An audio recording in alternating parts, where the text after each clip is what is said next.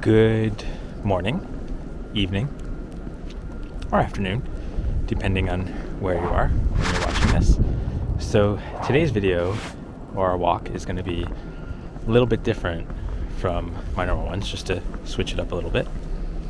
I'm going to be giving you a historic tour walk around U of T, sort of more like the northern half of it.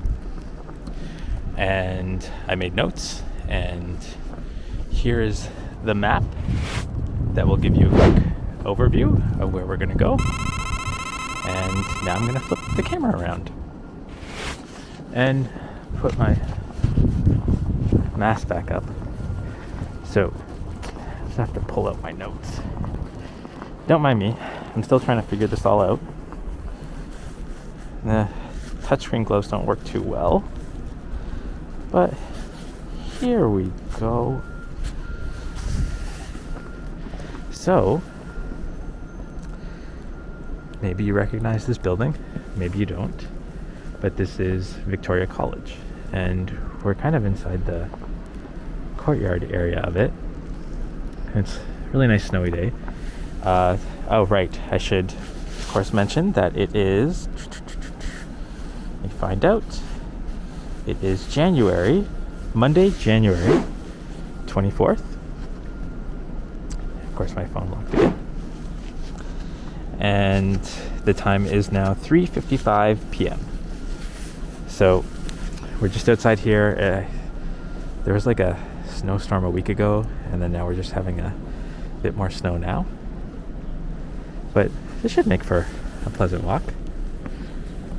So, Victoria College, which is this whole area right here, and that's Burwash Hall, so I'll explain that shortly. But it was founded in 1836 and was named to honor Queen Victoria. So Victoria University is actually what it's formerly called, but it was its own university until its federation with U of T in 1890. And it was originally from Cobourg, Ontario, to its current location now on kind of the northern end of U of T. So this main building here, which I think is just called Victoria College, but a lot of people just call it the Old Vic. So it was built in 1891, and the architect was W.G. Storm, who unfortunately died shortly after its completion, but he is an architect that's known around Toronto because he actually known pretty well around U of T also, as he was also the architect of University College, which we will visit later, and he was also the architect of a lot of the older churches that are around the city. So, look at all these like Muskoka chairs or Adirondack chairs. They're not here in the summer though. I don't even remember seeing picnic benches here in the summer. So, this building here that kind of goes all the way around here and loops there, this is Burwash Hall, which includes dorms. I believe these are actually all the dorms. So it's dorms and for residences for men, and it was built in 1910, and it's actually the second residence hall built for Victoria College. So I'll show you the first hall, which is nearby, which is the female residence hall.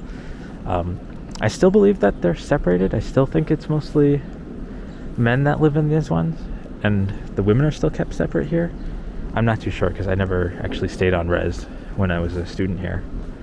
But Burwash was named after the president of Victoria College at the time, Nathaniel Burwash, who actually retired a year before its completion. And it was kind of designed to look like, but not intended to replicate, the residences from Oxford and Cambridge in the UK.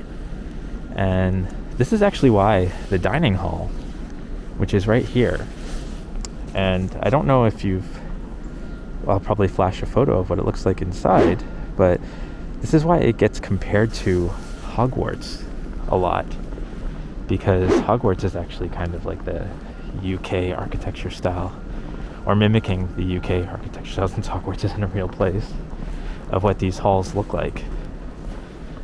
So I'm gonna go head around here, and there's some notable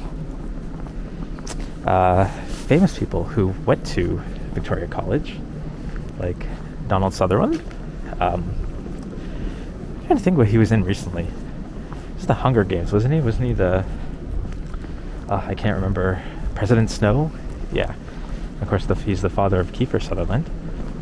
And also Lester B. Pearson, who our airport was named after here.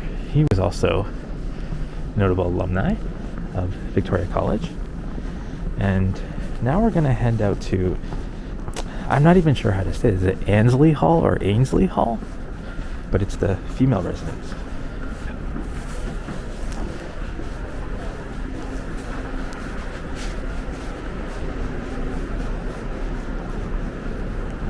So yeah, here's an overview of Victoria University. And we were just there. And now we're here, and we're going to go down there.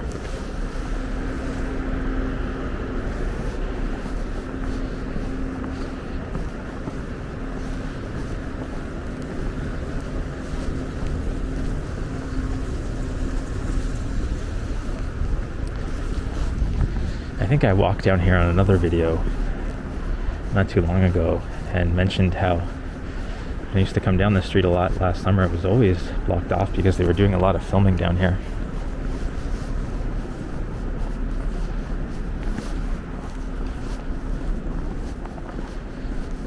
I'm hoping I'm able to do most of my walk because the pathways are getting a little bit snowed up.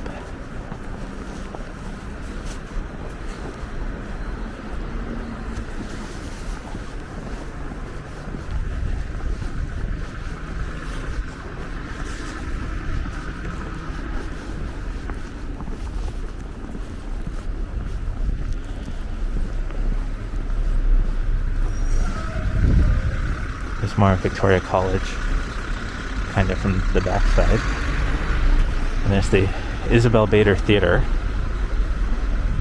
which is, I believe I also mentioned in another video, that I used to go there. Well, I had some undergrad lectures done there, but for me it was where I'd see hot dogs, and the Hot Dogs Festival was in town.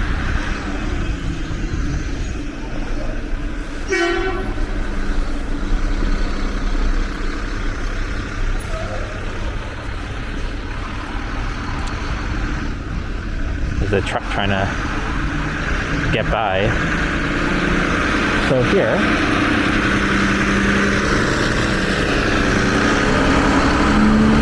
wait until the garbage truck is gone. But here we have Annesley Hall, the Annesley Hall residence. Ainsley, I think it's Annesley because it's probably named after someone named Anne. I'm not sure, but it is the first of the 2 National Historic Sites of Canada that are on U of T grounds. And we will be visiting the second one later. And this was designated historic because it was the first all-female residence constructed in Canada in 1903. And Annesley is actually known for having unique rooms where no 2 rooms look alike, and supposedly they have some interesting and unique shared common spaces. So I gotta put my phone away now because we have a little bit of a trek to our next spot, which is Philosopher's Walk. And I have some notes to share when I get there.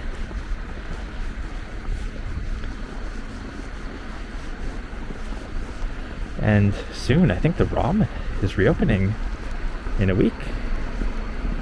I think they're allowed to reopen. I don't know if they're going to. But I would love to do a walk around the ROM.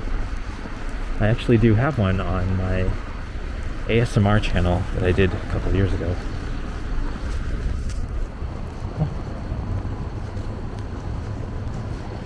So we're gonna cut through museum just to get across the other street, get out of the snow for just a tiny bit.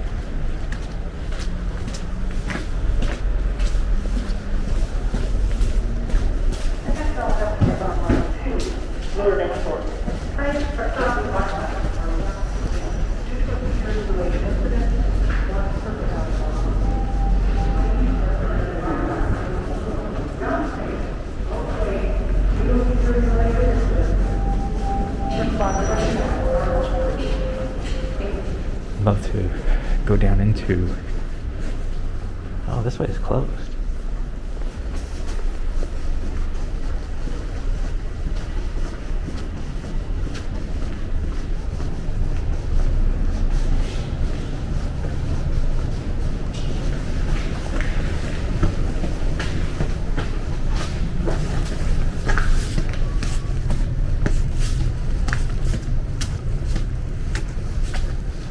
I was saying I'd love to go down into Museum Station proper and show you what they did when they renovated the station a while back.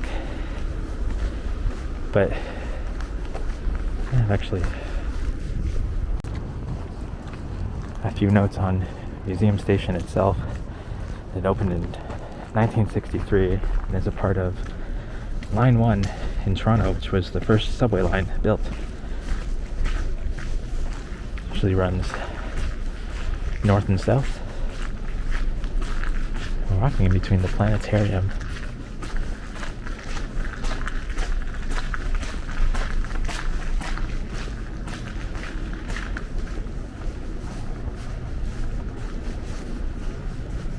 I've actually never walked through here before, but Google Maps assured me that I could walk through here.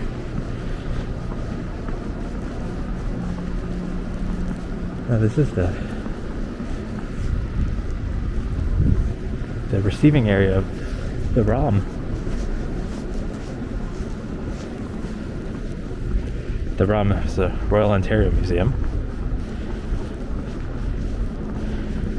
I'm gonna have to take my notes back out in a second. So we're approaching Philosopher's Walk. Although I don't have too many notes on this place. A lot of my notes are from the Wikipedia articles, but I had to do some extra digging for some other things.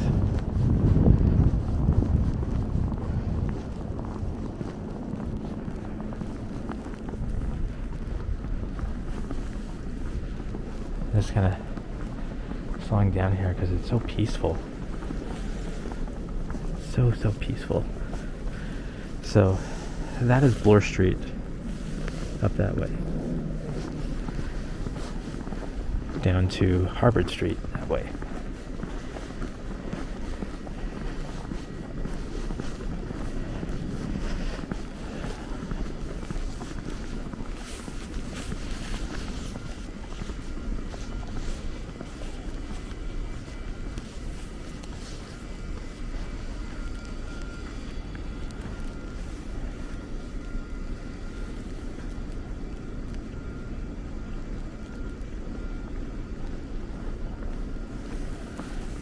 This is the rear side of the ROM. You can kind of see the crystal up at the top there. Crystal extension. Just backing up a little bit. Pulling up my notes.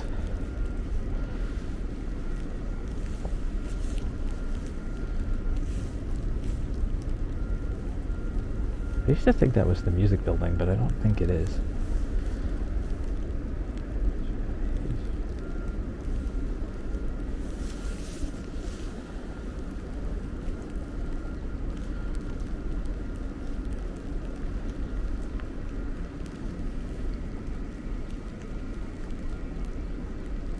Okay, so here we go.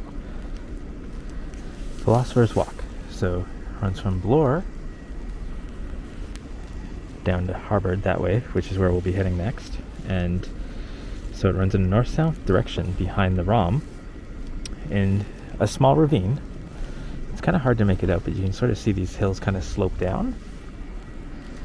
And this used to be where Tattle Creek was, which was a natural waterway that was buried during the industrial age. So it still runs underneath here. So it still flows, but we don't see it anymore. So the thing is, I was trying to figure out, why is it called Philosopher's Walk?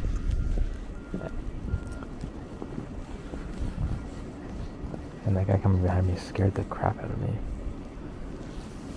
Still not used to doing this. So why is it called Philosopher's Walk? Other than being a pathway, I haven't actually really found a proper answer. But here, we can actually discuss this while we're walking.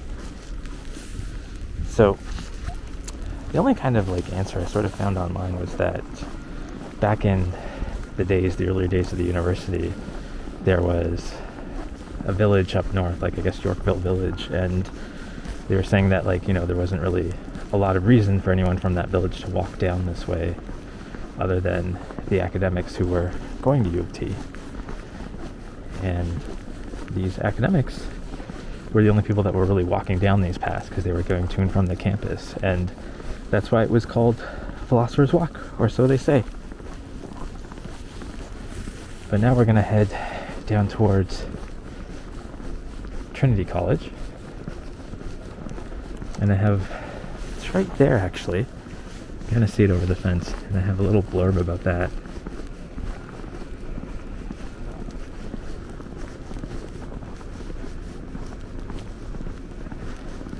Now you can see that it's a clear ravine.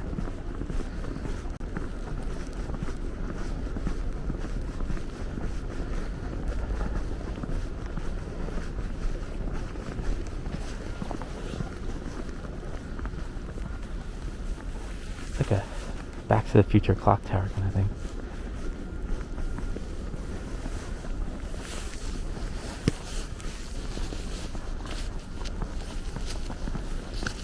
I put the notes on my phone, and my touchscreen gets all like weird when it's wet, so it's hard to find it. But here we are, Trinity College.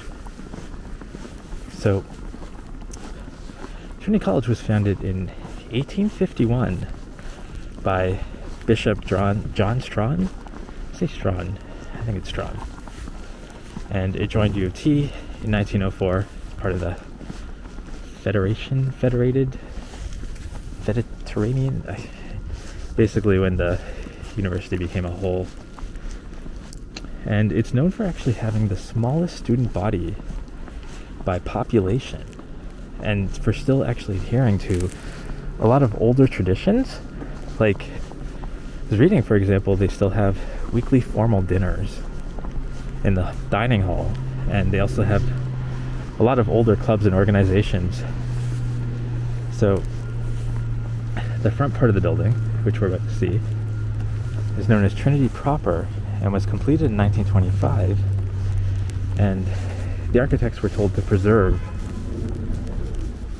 the look of the original Trinity College, which you can kind of see by like the towers, the very Gothic kind of like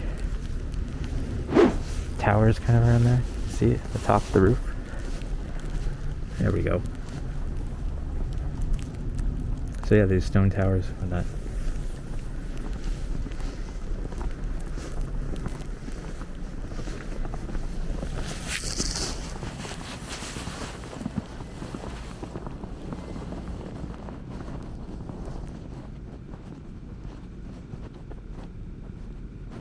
I've only been in there one time. It's during their book sale. They were selling a lot of like they're really old library books they didn't want or they had duplicates of.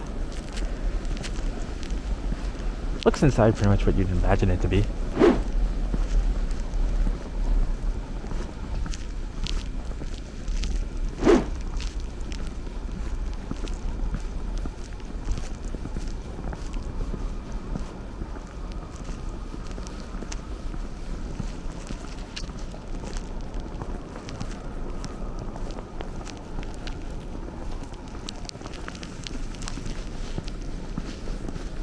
So next we're gonna head down to, hopefully I can still get there, there's a construction over there, to Hart House.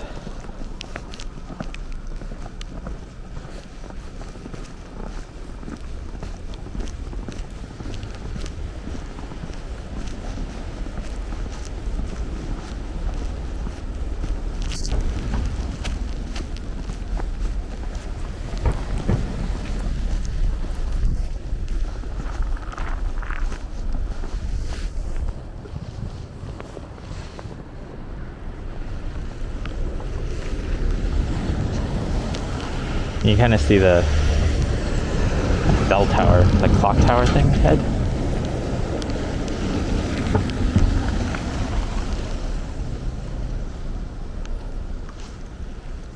Well, there's no traffic. I could run red, but I'll be a good boy. I'll wait. Maybe. This light's taking a long time to change, actually. I think it's like notorious for that.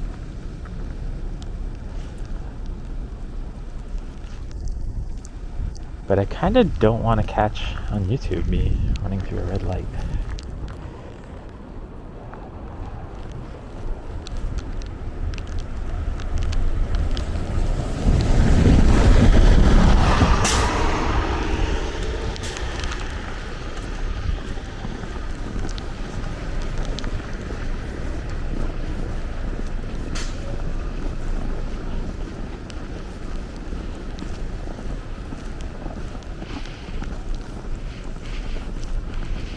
I wasn't going to say it, but I'm going to say it. But that bus totally ran a red light. Like one of those, like, you know it's going to turn red when you're, like, through it, but you're still flooring it to get through.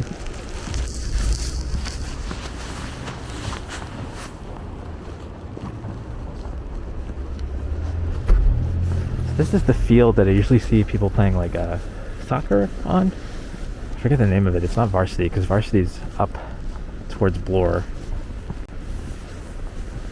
Oh man, I don't know how close we're gonna get to Hart House, but let me take out my notes. Yeah, I don't have much on Hart House, but talk about my own experiences. So this is Hart House here. It is the Student Activity Center in UofT, and so it's got like a restaurant in it, theaters, lounges, a few study and music halls. And geez, how am I going to get through here to my next stop? Maybe there's a little pathway there. I can't tell until I'm a bit closer.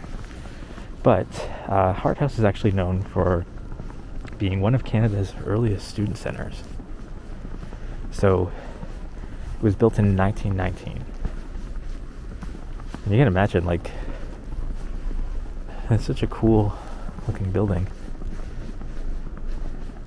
Yeah, so I can't go through here. So I'm going to have to go double back around, which is fine. That's probably why there's like no footprints going there right now.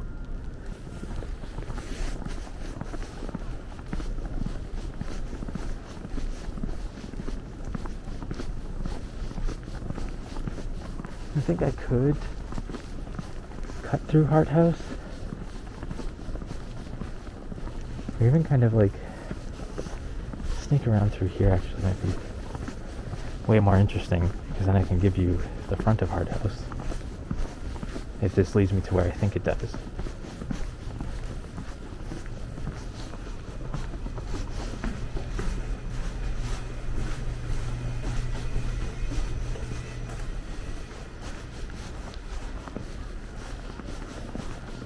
Yeah, I could cut through because I'm pretty kind of familiar with the layout of Hart House, but UofT is a little iffy on filming. Sometimes you get told off, sometimes they don't care. Sometimes they probably don't even know what this camera is. I'm using a Osmo Pocket, but sometimes they prefer a bit of approval first.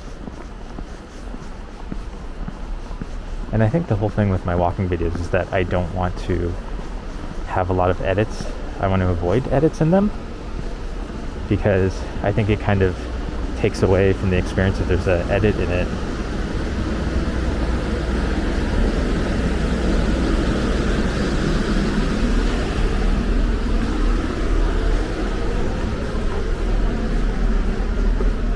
Basically, my thinking is that if I'm going to do an edited video, then I'm going to edit the whole video. So it would just be more of like a quick scenic tour rather than join me on a walk tour. But we're going to loop around through here because we're trying to get to UofT College. I don't know if I can the parking lot. This is Queen's Park. It's really nice with the snow falling.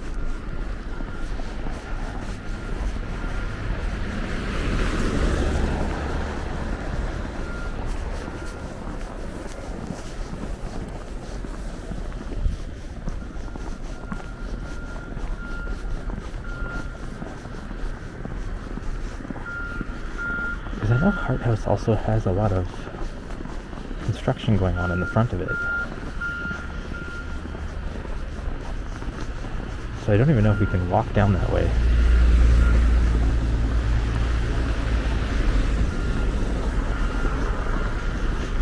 I guess we're about to find out.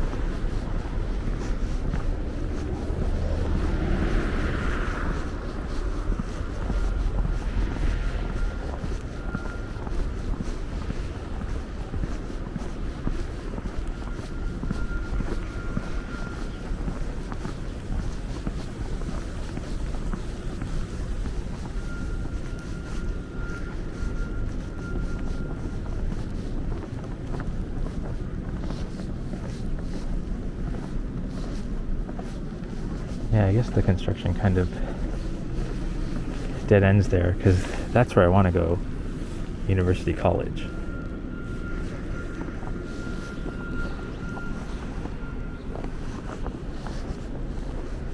So we're going to have to take the long way around, which I think is fine, because it'll give me some space to go into the, they call it the King's College field. So I can step away and read my notes to you.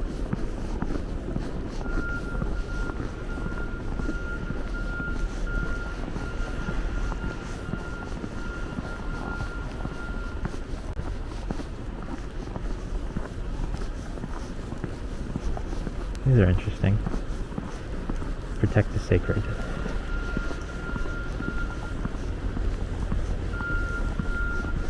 Are they trying to remove these trees?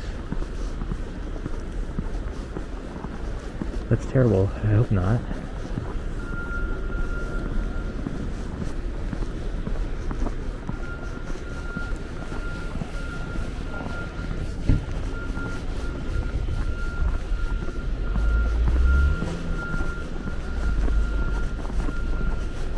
I haven't heard anything about whether they're going to try to remove the trees from Hart House Circle, but I might Google that later.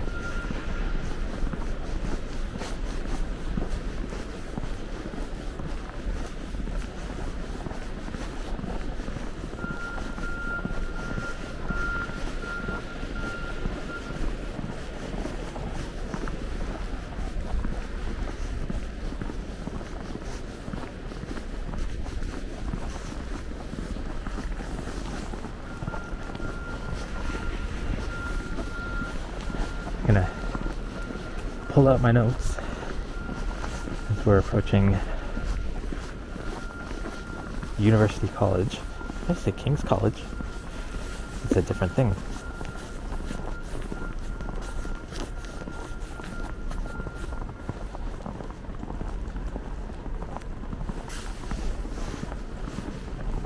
So, University College was founded in 1853, specifically as an institution that was free from religious affiliation. Because, as you notice, when you pass Trinity College, and there's another college I passed in another video, St. Michael's College, clearly even their name stems from, religious affiliation theology. So this gorgeous building is University College right here. And it's the other national historic site of Canada. And we visited the other one, Annesley College, or Annesley Hall. And University College, interestingly enough, they had a really devastating fire that took place in the college library in the East Wing. So this is the East Wing here. So we're walking by it. And that took place February 14th, 1890. Terrible Valentine's Day thing to happen. But the fire started with servants accidentally dropped 2 kerosene lamps on a wooden staircase. This is why you just don't bring fire near wood at all. Murphy's Law. So, the Chancellor of University College then, Edward Blake, who is also a member of Parliament, interrupted his speech that night to tell the House of Commons, and I kind of want to quote this because I wrote it down because it sounds like really old English, and it just baffles me how people were able to just like speak so eloquently and I guess like improvish like this, because I don't know if this man wrote this out before saying it, but it sounds like he was very hasty. But anyways, the great institution, the crown and glory, I may be permitted to say, of the educational institutions in our country is, at the moment, in flames, and is now, so far as its material fabric goes, a ruin tattering to the ground. Wow. So, from that fire, they were only able to save 100 books out of I think it's 300,000. So, yeah, that's pretty terrible. But in case you haven't noticed, they did manage to rebuild it all pretty quickly. And I have another story I'm going to tell you as I walk over to another part of it. So, University College is said to have a ghost story about 2 stonemasons. And if you're a UofT student, you probably have heard this before, but Diabolos and Reznikoff. Diabolos, there's actually a cafe kind of in the back in the cloister University College that students can go to. I think it's closed now, but because of COVID. So they were 2 stonemasons who were building the university, and I only made vague notes about this because I'm trying to remember it. So they were both Diabolos was small, tiny man, and Reznikoff was the big, strong guy, and they were both fighting over the same woman. And yeah, I think one day they got in a very heated argument, and Reznikoff had a giant battle axe and was chasing after Diabolos. And then Diabolos had a small tiny dagger with him, and he was chasing, and I think it's right here. I'm gonna see if I can show you that he swung his axe, and there's a giant oak door where I think I was gonna say the axe wound, where the axe hit, that you can still see the markings of it. In fact, I think that there can't get close to it because of the snow, but use the zoom in function. No, you're not going to work for me too? Oh, there you are. So that's, I don't know who's who, but that's the 2 Diabolos and Reznikoff.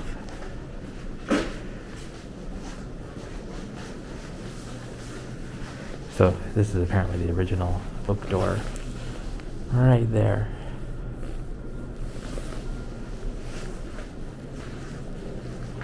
That's where the axe hit.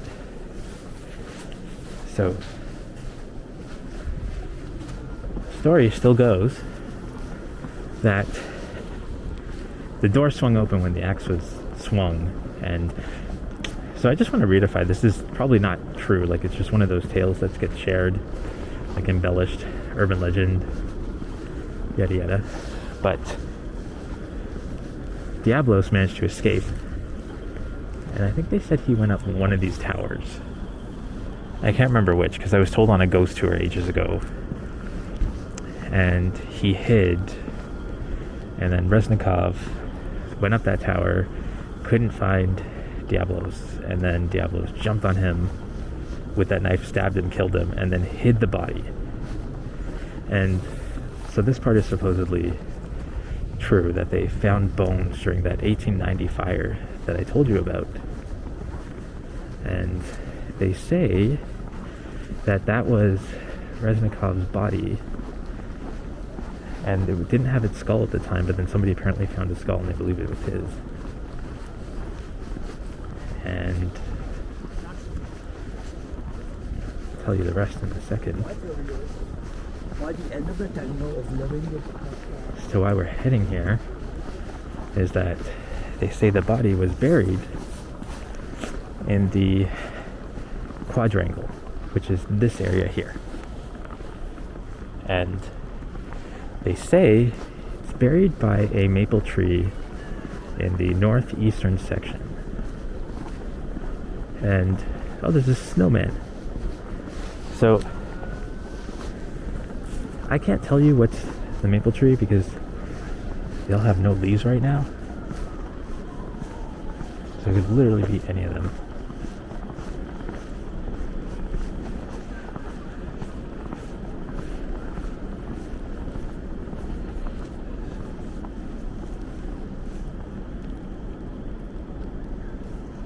It's really beautiful, although kind of scary, those giant icicles hanging off the tops of the roof there.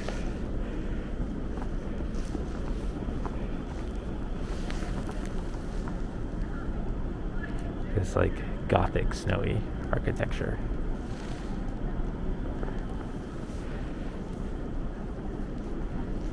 Really gorgeous, really, like, just look at the roof here. I'm gonna zoom in.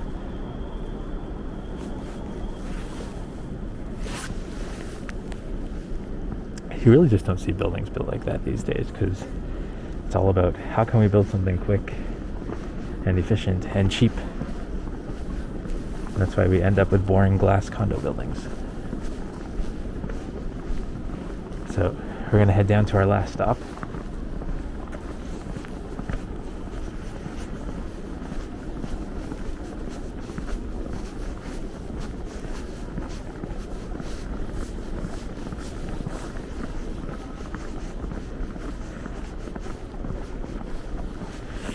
So you can kind of see it here. See that big dome structure? That's where we're heading to. Convocation Hall.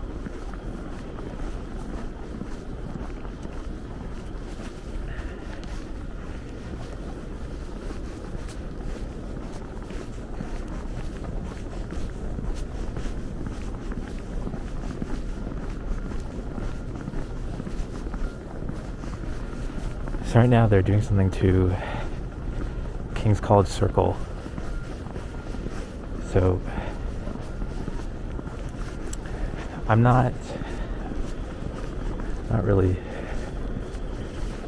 too versed on the naming of King's College because I think University College was originally named after a king before it was called University College, and that's why this is called King's College Circle. Again, that's something I didn't make notes about or read about. My bad. Well, yeah, look, so they're doing something too, but I can't remember what they're doing.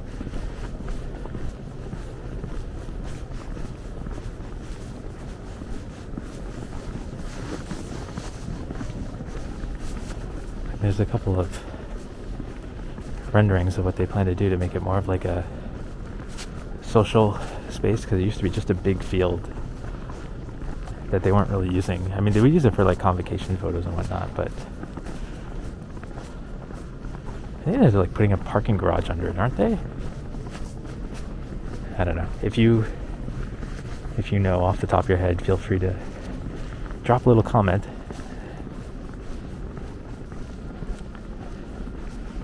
I remember people were upset about it at first.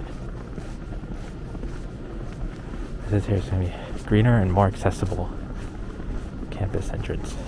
But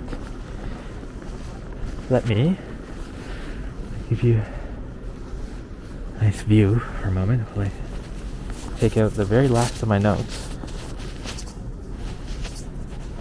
My screen doesn't want to work now.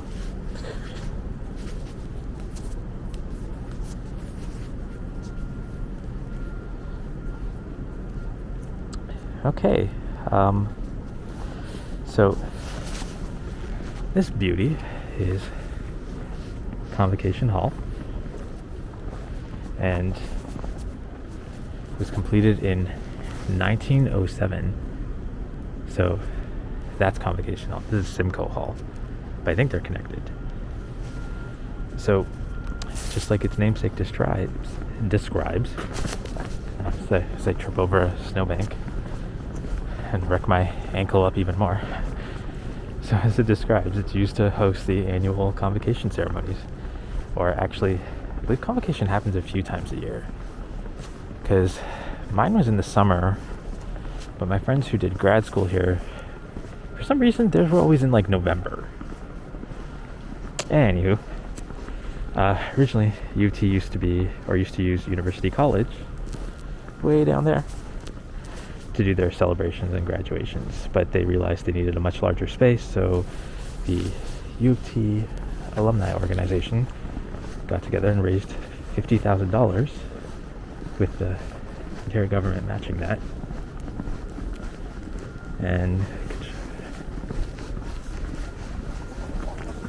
go around the corner and try to get you a better view. So let's go over here.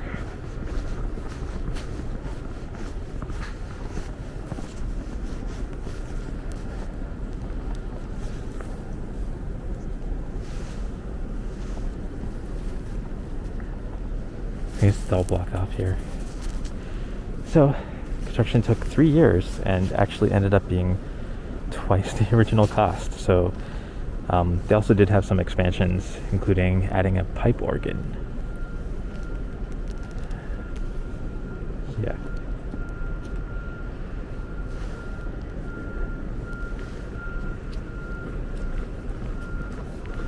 So it's kind of interesting that just looking at the notes, the building itself actually didn't have air conditioning until 1997. And geez, I feel like there's buildings at UofT that still don't have air conditioning. Like, I took courses in the miners building, and it was always so hot there whenever you had like a course in like the late spring. But yeah, so another thing to note about Convocation Hall is that a lot of it was the venue for a lot of famous performers during the 60s and 70s, such as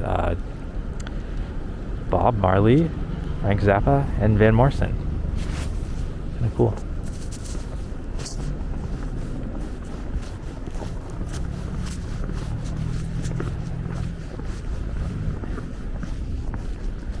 I'm not sure if I'm going to be able to walk through there, but that was the last stop that I made notes of. So let me know if you enjoyed this tour, because I kind of enjoyed it. Enjoyed giving it. Lucky enough that it's a quiet day that I can kind of stop off and read off my notes to you.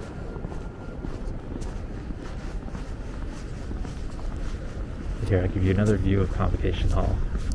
These cars keep coming around the corner. So,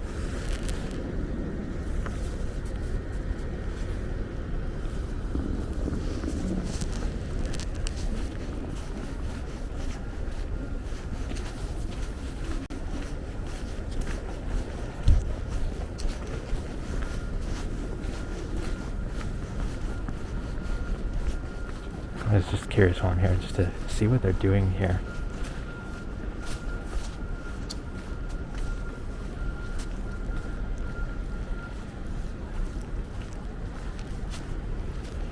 You know, I do like that they don't have giant walls up like a lot of construction sites do, so you can actually see what's going on.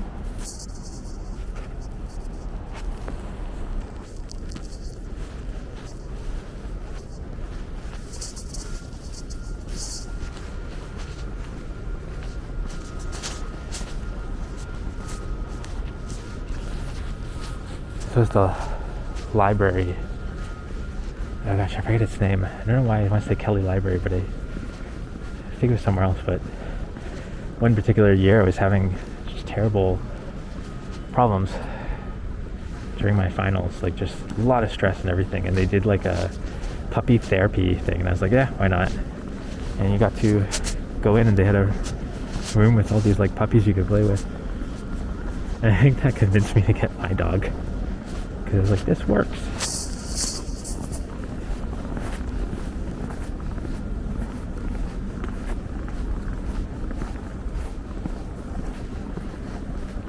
I'm on a quest to find out the name of the library.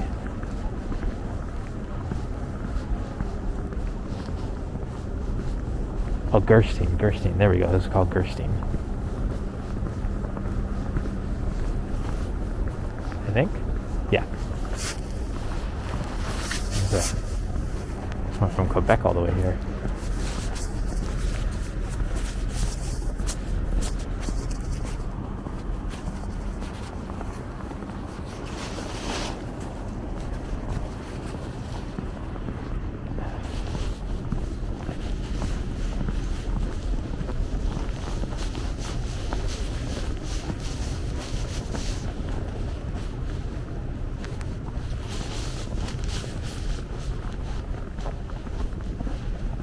So we kind of looped back around here,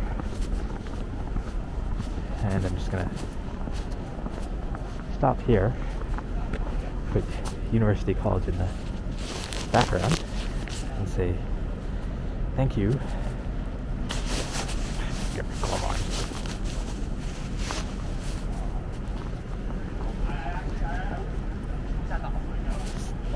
Make sure I have everything in order.